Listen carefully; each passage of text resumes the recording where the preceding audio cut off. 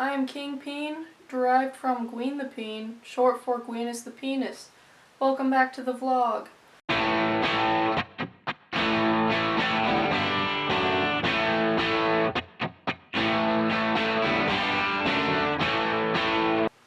I figured I would enlighten you with one more childhood failure before we got into the nitty-gritty of my comeback story. So here goes. When I was in kindergarten the second time, got some gum stuck in my hair, as every child does at some point or another, but most of the time the mom will, use the little peanut butter trick, get it out.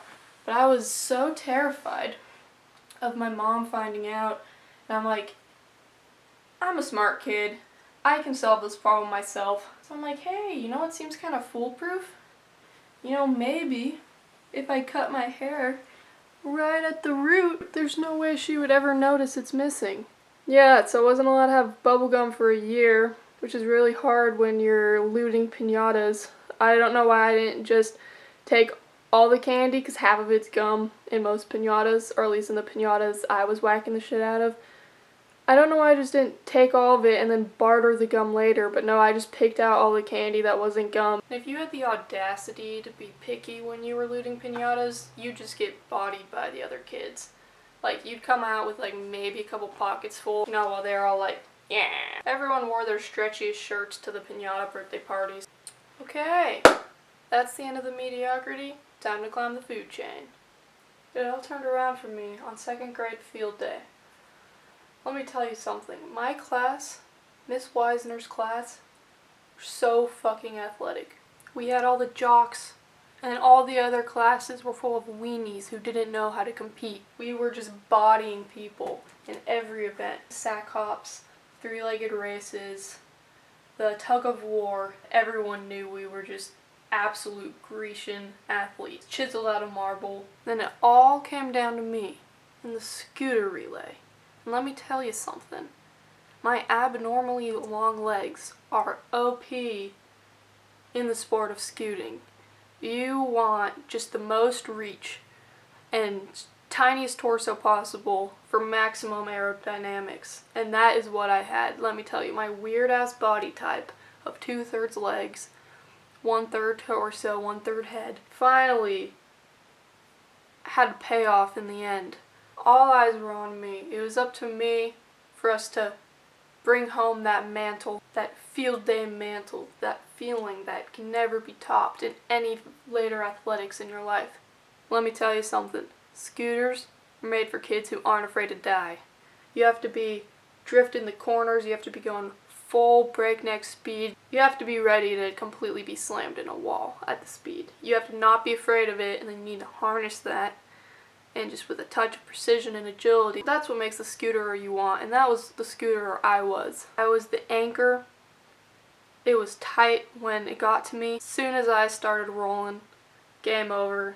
The other kids were eating my wheels. They couldn't close the gap. My spider legs were sent all the other kids running home, suck on their mama's titties. We got the dub, obviously.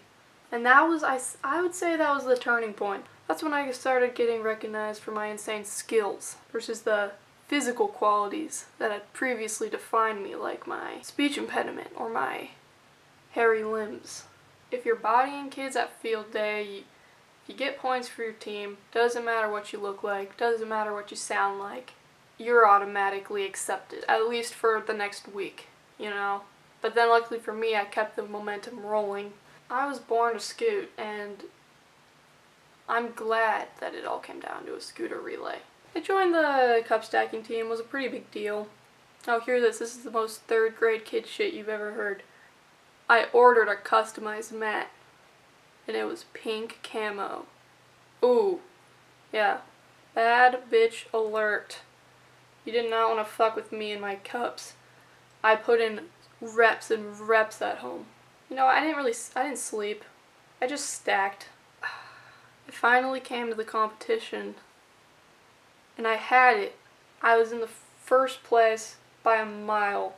I had so much time, and then I got cocky. I lost my focus. It was on the final, 24 cup pyramid. You used your whole stack, And I rushed it, and at the very end, something, little cup teetered and tottered, and whole thing was wiped out right before I put on the final cup, and I had to restack that whole pyramid all again. Still got third, which is pretty good considering I had to restack the meatiest part of the whole routine, but let me tell you, that bronze was just a constant reminder of the champion I could have been. But it was still a good time. I was still recognized as a stacking fiend.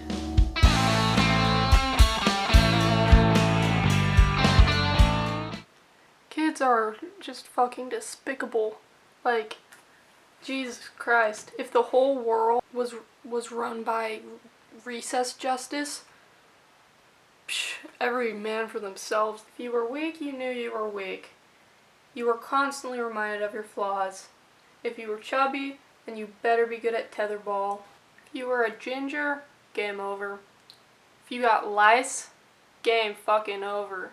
If for heaven's sake you were bad at Foursquare, get the fuck out. If someone dared to say ass on the soccer field, just like 10 kids, just, oh, you know I'm gonna tell on you. Shit like that, weird little measles. There weren't really any consequences except those beatings given to you by your fellow student. Everyone fucking come in. Jumbo, we're up to play with? Yeah, thanks. That was my sister. She is #4 prostitute in all of Kazakhstan. Why do I feel like it was always the same two kids who got lice, and they'd always just be like, yeah, and you'd be like, yeah, and they'd always just be like, yeah, and you'd be like, and the worst thing just happened. I can no longer invite you to my birthday party. I'm sorry, my mom says I can only invite 25, not 26. I know I invited the whole class, but maybe next year. You can hang out with the ginger and don't think he has anything else to do either. Sorry. It was brutal, but it's a necessary time of life for people to figure out who they're trying to be, if they're trying to be a dickhead or if they're trying to be a all-around nice guy. But it's funny because it's like kids, they have no fear of administering their own justice on their peers, but it's like we were still so all like bitches to the system once we were actually in the classroom. I remember the last year of nap time, so like what, kindergarten or first grade, these two freaking horn dogs just like started going at it at nap time. Like the lights turned off and then the dude just started arm crawling over to Morgan's mat. They just friggin' started like tearing each other apart like animals. It was insane, like full on making out. And we were all just sitting there like, what the fuck is happening? We've never even fathomed wanting to ever do anything like that at that age. Cause like fucking cuties, like boys were fucking butt crusties.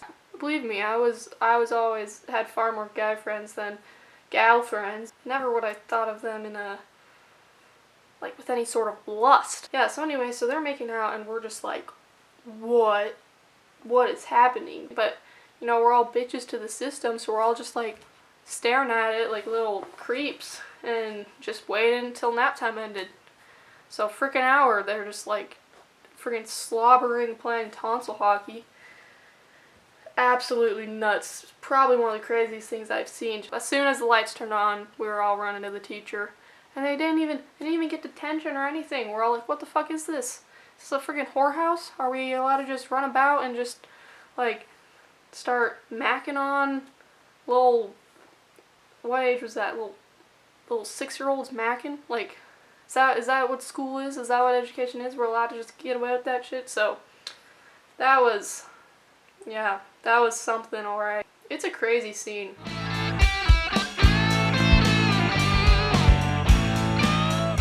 Joined the jump rope team, was a fucking stud. Found this holiday assembly that we performed at, the little jump rope team. Pretty cool stuff. First of all, holiday assemblies in elementary school cannot be topped. You know, it was a well-groomed team, it was sharp. All instruments of death built for aerodynamics and precision. Look at that athleticism, that can't be topped.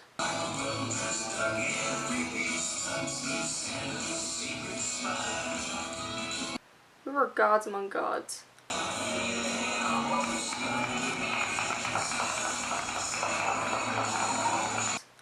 no shit, nobody was bigger superstars in our school than the red-headed Bennett twins. They're about to come out, blow everyone's minds. They could do flips, they could do handsprings, they could do double dutch, they could do anything that you throw at them. They carried the team.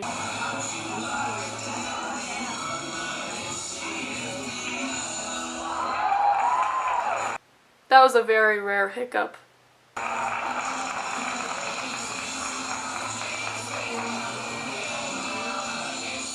It was definitely the rope swingers and not the twins at all. Definitely the rope swingers got sloppy. That's all I have to say about that.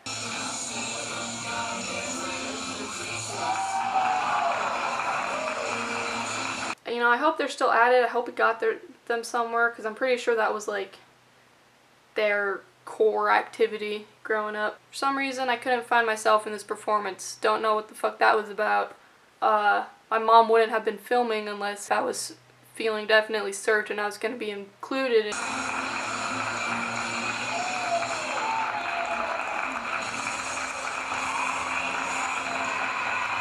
Definitely upset about it, but you know, I'll keep digging. We got to perform at a Georgia Tech basketball game. Big halftime blockbuster performance.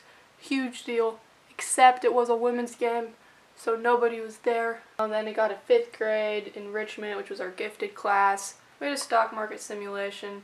So I found like a loophole, and I was just working it until I was like filthy rich. Like, my net worth was like $60 million. Drove my peers to bankruptcy. They were upset because they're used to being the smart kid in their class, and they're used to being gifted and special. Teacher didn't know what to do, so she's just like, oh no, it's October 31st, 1929, the stock market has crashed, everybody has 0. That was targeted. I'm the only one who lost anything in that crash. Let me tell you, everyone else was already at ground zero, couldn't even buy a car. The level of insecurity I was instilling to the previously confident and gifted students. The teacher didn't want me to single-handedly take down the whole gifted program. So, I mean, it's fair, but I was pissed because I was fucking loaded. Granted, I was blowing it all on hookers and cocaine, but you know, kids gotta dabble. So my influence only grew as I worked my way through elementary school.